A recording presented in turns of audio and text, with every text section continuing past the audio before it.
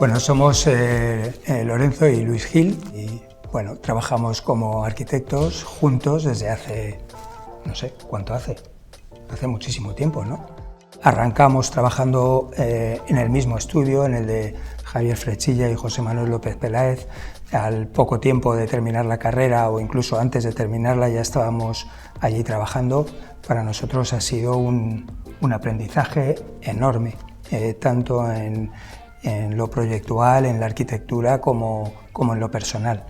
Bueno, cuando llegó el momento de montar nuestro propio estudio, efectivamente nos vimos, a pesar de toda esa experiencia, pues como el que arranca algo, como el que termina una carrera y dice, bueno, ¿y ahora qué hacemos? No teníamos realmente ningún contacto especial, como el que puede tener cualquier otro, familia, amigos, pero nada, en ningún, digamos, cliente privado, ni nadie que nos fuera a encargar cosas. Ni siquiera teníamos un lugar de trabajo, claro. No, trabajábamos en el salón de mi casa, que era un poquito más amplio, y bueno, pues no sé, alguna tarde si jugaba Nadal, pues dejábamos de trabajar y... Sí, era un tiempo... Y veíamos un poquito de... Era un tiempo cómodo. Tenis. Si alguien que esté escuchando esto, viendo este vídeo, se pregunta cómo hemos llegado hasta aquí, realmente el proceso ha sido tener un par de amigos así que han querido hacer cosas, hacerlas lo mejor posible, no considerar que hay proyecto pequeño, porque siempre hemos hecho cosas grandes y pequeñas, y bueno, pues tratar de responder al problema real que alguien tiene, producir lugares reales, con presupuestos reales, con cosas que realmente responden al problema, y a partir de ahí siempre llegan más cosas. Y siempre nos han llegado por el boca a boca, por los contactos de unas personas con otras, y no por publicaciones o por publicidades que nunca nos hemos hecho. Realmente tenemos la sensación de que hemos hecho más de lo que se sabe que hemos hecho. Hay algunas cosas conocidas, ¿no? Hay, pues no sé, un Sala X que ganó el premio COAM y que yo creo que mucha gente conoce, más que por nosotros, por el lugar en sí mismo, que eso es de lo que estamos más contentos, ¿no? Que no haya o no figure un arquitecto detrás, o no haya un estilo de estos que digan, se pasó de moda. No, yo creo que Sala X cumple con lo que tiene que cumplir. Cuando uno empieza, se puede preguntar, oye, ¿cómo se hace para que el cliente quede contento, ¿no? ¿Dónde empieza el proceso creativo? ¿Por dónde empezamos a pensar en cualquiera de nuestras obras, ¿no? Sí, porque ese es otro tema. O sea, por un lado, responder al problema. Por un lado, tenemos un cliente con su caso concreto que quiere que le hagan caso, ¿no? Como el que va al médico. Yo quiero que me arreglen este problema que tengo. Y por otro lado está convertir eso en una pieza que supere el problema y que se convierta en algo más que la solución a un problema. ¿Por qué? Pues porque la arquitectura buena siempre ha sido más que el problema que respondió. También en estos primeros trabajos empezamos a darnos cuenta de que se habían descuidado en ese momento cuestiones importantes como la textura, el color, la idea de contraste o de uniformidad, bueno, esas cuestiones que tienen más que ver con el material y que nos damos cuenta que por encima de la forma o de configuraciones espaciales más o menos complejas, el material tenía capacidad de transmitir como esa idea de lo permanente, como esa atmósfera. Recuerdo, por ejemplo, en Sala X, experiencias que también nos hicieron darnos cuenta de que quizá la labor del arquitecto no debe ser tan protagonista. La obra es, en ese sentido, ejemplar, porque habíamos preparado un proyecto enorme, habíamos preparado muchísimos planos, con imágenes, con una idea de cómo tenía que quedar todo aquello. Bueno, transformándolo todo, sí, tocábamos todos los elementos, ¿no? Nuestra ambición era, dejar huella en ese sentido, ¿no? Y sin embargo el edificio, pues, pedía otra cosa. Según empezamos a tirar las cosas, aparecían materiales debajo, aparecían situaciones imprevistas que hacía que cada día el proyecto se fuera transformando. Además, costando cada vez menos, una cosa que es muy extraña, ¿no?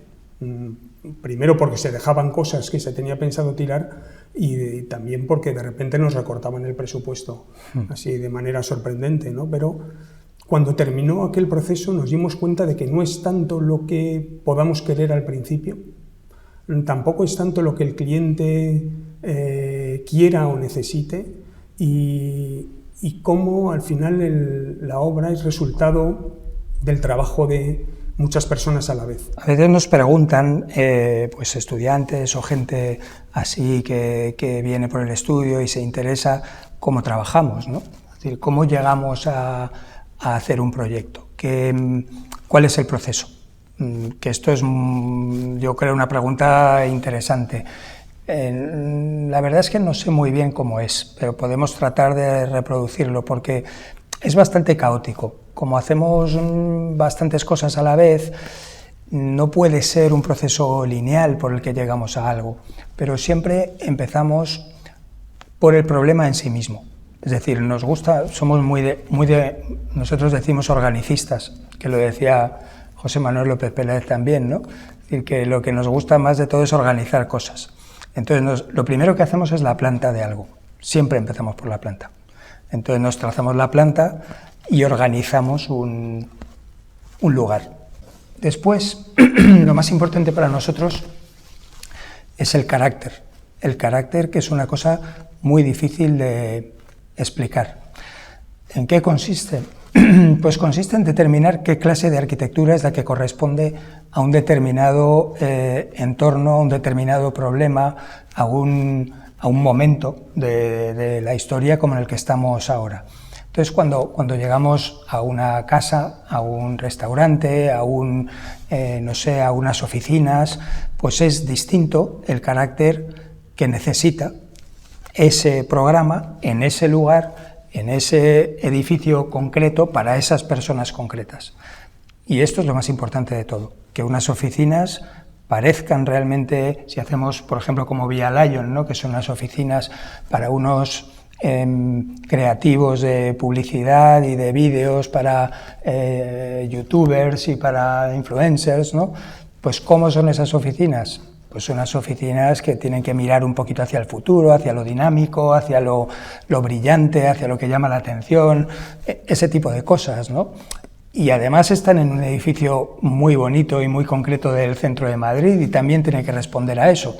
Entonces, determinar ese carácter es lo más importante. Y eso se determina pues a base de referencias, de cosas ya hechas, de materiales concretos, de cosas que están alejadas directamente del proyecto y cosas que son tangibles que van a pertenecer a ese proyecto. Entonces, con esa organización de planta y con este carácter que como el que escribe un personaje, por ejemplo, si estuviéramos haciendo una novela, sería exactamente lo mismo, ¿no? Tendríamos que trazar el carácter del protagonista principal. Pues en arquitectura para nosotros eso es lo primero, trazar ese carácter y organizar la planta. Determinadas tendencias, a lo mejor entramos un poco en crítica de cosas, pero yo creo que también es bueno, como de presentar las casas o los lugares como algo cerrado, como algo completamente terminado en todos sus aspectos. Tiene aquí 2 jarroncitos, un sofá, es todo simétrico, todo está perfecto. Como si el que fuera a vivir allí no estuviera. La casa está preparada y no aparece la persona. No vemos nunca fotografías de interior en las revistas de tendencia con personas. Es una cosa extrañísima. Claro, porque la arquitectura, para nosotros, está hecha fundamentalmente, bueno, para nosotros y yo creo que todo el mundo estará de acuerdo, fundamentalmente para la persona, fundamentalmente para el que va a vivir eso, y nunca para una situación excepcional que es la habitación vacía con todo perfectamente colocado. La arquitectura que hacemos huye un poco de la perfección esta perfección de los renders, por eso nunca hacemos imágenes. No hacemos renders. Siempre imágenes más artesanales, donde se nota la mano, se nota la imperfección en la perspectiva, la imperfección en el tratamiento de los materiales. Y también cuando construimos un espacio, pensamos en materiales que puedan acusar el paso del tiempo, que mejoren, que permanezcan un poquito abiertos, porque lo abierto es lo que es capaz de establecer una conexión con quien lo habita. Cuando alguien hace una cosa muy perfecta, lo perfecto es siempre cerrado, lo perfecto está de alguna manera ya muerto, ¿no? Y lo que permanece vivo, lo que establece una conexión con el que lo habita, es esta otra arquitectura, aparentemente más imperfecta, pero precisa, sin embargo, a lo mejor en su geometría, ¿no? Como las sillas en las que estamos sentados ahora mismo, ¿no? Unas sillas, pues no sé, la de Luis, que tiene muchos años, es la silla en la que nos sentábamos desde que teníamos 6 años en casa de nuestro padre. Es una silla geométricamente perfecta y sencilla, que se nota que está hecha con las manos, que no tiene, digamos, una mecanización compleja, no hace falta máquinas de tornear la madera, ni parece que haga falta ni siquiera un carpintero, ¿no? Parece que uno la puede hacer con sus propias manos. Es una silla que tiene nuestra misma edad prácticamente, sí. Es decir, 40 y tantos años, y parecemos una folclórica, que no queremos decir nuestra edad. 48 y 47. Bueno, entonces, si queremos resumir, ¿no?, el proceso o lo que son piezas fundamentales de nuestra arquitectura, que por eso nos preguntan, tendría la primera, el orden; la segunda, el carácter, lo más importante, determinar ese carácter; después, la imperfección, la apertura de la arquitectura hacia la inclusión de la persona, de sus cosas, de sus necesidades, y el tiempo. El tiempo como un elemento que nunca se prevé, que nunca se sabe qué va a pasar, pero que hay que estar dispuesto a que, producir las cosas de manera que ya acepte el paso del tiempo, y si eso se acepta bien, siempre va mejor. Es decir, como la persona que acepta que está envejeciendo, que no trata de disimularlo, y sobre todo que no se ha hecho de materiales de estos que no cambian, ¿no? Si hemos hablado de Via Lion, de estas oficinas, ¿no?, para estos creativos publicitarios, pues podemos hablar de Hermosilla, de Her, ¿no?, que es este restaurante.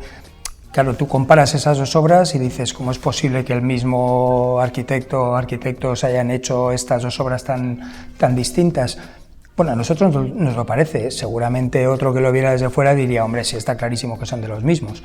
Pero para nosotros son muy distintas, el carácter es completamente distinto. Y llegamos a eso por los mismos medios, por este mismo sistema o forma de actuar, ¿no? Si en Via Lion correspondía con eso, en Her estamos en el barrio de Salamanca, en un edificio de Gutiérrez Soto, una masa de fábrica de ladrillo potente, en la que de repente se producen unos huecos amplios y ligeros, ¿no?, pero que cuando entras en el local y empiezas a tirar paredes, pues te encuentras con los muros de hormigón de la antigua escalera, con elementos que aparecen masivos y fuertes, ¿no? Entonces, también sabemos que estamos en un restaurante pues un poco fino en el barrio de Salamanca, en donde la gente que llega, pues habitualmente es de la zona, y sabemos también qué es lo que están esperando, ¿no? Entonces ese restaurante evidentemente es distinto de unas oficinas, y no podemos ir con un estilo o con unos materiales o con unos elementos parecidos. Y también una cosa, vamos, pensando un poco así en los temas importantes, en Her o en estas oficinas de Via Lion o en Sala X o en muchas de las obras que nos han salido bien, como Gota también, por ejemplo, el bar de vinos que se ha hecho en la calle Prim, ha sido siempre muy importante la figura del cliente.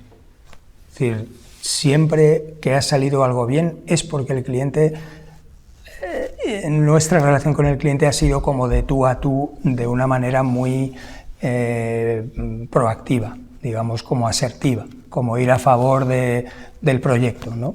Las cosas que ellos iban necesitando tenían sentido para nosotros y las incluíamos al proyecto con facilidad.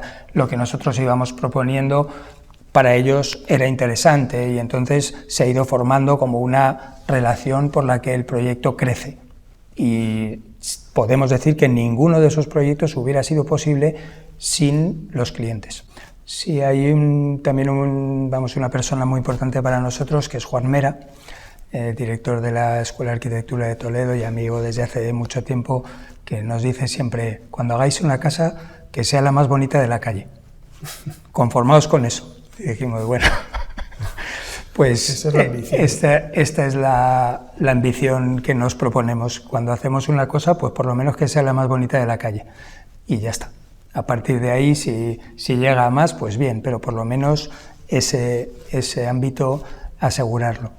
Y no sé, hay otra cosa en la que siempre pensamos con esto que decía Lorenzo de la vida, ¿no? Lo pensamos muchas veces. Y es la diferencia entre espacio y lugar. Es decir, esto es fundamental para nosotros.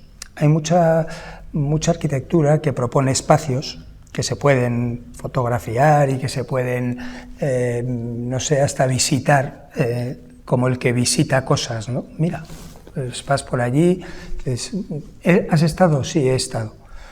Pero ¿has vivido allí? ¿Has tenido conversaciones, has tenido relaciones, realmente has disfrutado en ese lugar, has tenido tu impresión vital de ese sitio? No, solamente lo he visitado. Y entonces hay mucha arquitectura dedicada a eso, como al espacio, como si fuera una escultura, como si fuera una obra que se visita y te vas a tomarte algo a otro sitio, que eso ya no es arquitectura. Entonces nosotros lo que proponemos es que toda arquitectura sea lugar, en el sentido de que te anima a vivirlo, te anima a estar, a quedarte, como hoy estamos en este sitio que, no sé, puede tener algo de condición, luego se verá a lo mejor en las fotografías, ¿no? como de sitio un poquito espectacular o que llama la atención o que tiene elementos interesantes, ¿no? Pero que siempre anima a quedarse. Todo el mundo que pasa aquí 2 horas en una reunión, pues se quiere quedar. O quiere que la casa que le vamos a hacer o el restaurante que le vamos a hacer tenga un sitio parecido. Porque ha estado bien, porque es el objetivo de cualquier arquitectura, es producir sitios donde se está bien. Es que si estás bien, es que hay arquitecturas que hacen de las personas mejores personas. Pero arquitectura, y también nos hemos reído muchas veces hablando como de sofás que te hacen ser mejor persona y sofás que te hacen ser peor persona, ¿no? Esos sofás que te permiten abandonarte, perder la forma, no sé, tumbarte durante horas a ver la televisión hasta que el mando de la televisión se te queda clavado en la espalda. Desmadejado. Y hay otros, en cambio, que te obligan a mantener una compostura. Como esta silla, por ejemplo. Que favorecen la conversación. Y esas te hacen mejor. Es decir, también hemos hablado este paralelismo que existe entre la arquitectura y la vestimenta. Decía Adolf Loos que los revestimientos de un espacio es no tanto el último revestimiento de las paredes, sino el primer vestido de la persona que lo habita. Y pensábamos que la arquitectura pues no es un chándal, no debe ser un chándal. La arquitectura no es una cosa que uno se ponga y te permita, digamos, engordar, no engordar, sin notarlo, porque eso se adapta de una manera en la que tú puedes perder la forma y sigue pareciendo que responde, ¿no? La arquitectura debiera ser más como esas prendas de cuero que uno se pone que pueden resultarle incómodas al principio porque te conforman, y como con el paso del tiempo esas prendas se adaptan tanto a uno mismo que parecen ser una segunda piel, y todos recordamos estas personas que no se quitan su chaqueta nunca, ¿no? En realidad es una chaqueta que según se la pusieron pues te dejaba como rígido, pero poco a poco va tomando la forma. Esa forma no es cualquiera, es la forma de quien la usa. y entonces con el tiempo las arrugas de esa chaqueta son las tuyas propias, ¿no? Y entonces arquitectura y habitante, o la casa y el que la habita, evolucionan de la misma forma, se convierten en una sola cosa, y ese nos parece el punto en el que la arquitectura tiene éxito.